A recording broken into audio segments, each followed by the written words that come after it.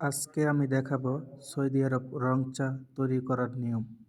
প্রথমে অ্যাড করে নিব পরিমাণ মতো পানি, এবং আমি একটু পানি বেশি রাখছি কারণ আমার এখানে ডক্টর বেশি এই জন্য। তো হিটারটি চালু করে দিলাম, 100 ডিগ্রিতে রেখে দিলাম পানি গরম হওয়ার জন্য। এইটা হচ্ছে খোলা চাপাতি। তো পানি গরম হইতে হইতে চাপাতি রেডি করে রেখে দিব, যাতে পরবর্তীতে বেশি সময় যেন না লাগে এই জন্য। তো চাপাতি আমি আমার পরিমাণ মতো নিয়ে নিয়েছি, এই কাপের অর্ধেক চাপাতি নিয়েছি।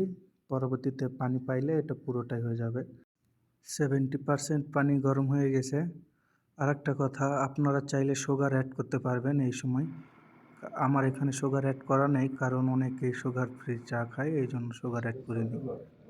পানি পরিমাণ মতো গরম হয়ে গেছে, এখন হিটার বন্ধ করে দিয়ে অপেক্ষা করব কিছুক্ষণ। এখন অ্যাড করব আগের থেকে রেডি করে রাখা চাপাতি। আর আপনারা খেয়াল রাখবেন হিটারটা বন্ধ রেখে চাপাতিটা অ্যাড করতে হবে, তাছাড়া চায়ের টেস্ট নষ্ট হবে। 4 থেকে 5 মিনিট পর যখন দেখবেন কালার এরকম হয়ে গেছে, তখন চাপাতিটা বের করে নেবেন। চা একদম রেডি হয়ে গেছে। হিটার এখন অন করে দিব, 85 ডিগ্রিতে রেখে দিব। চাটা এখন 3 ঘন্টা গরম থাকবে। তো কেমন লাগলো ভিডিও সবাই জানাবেন।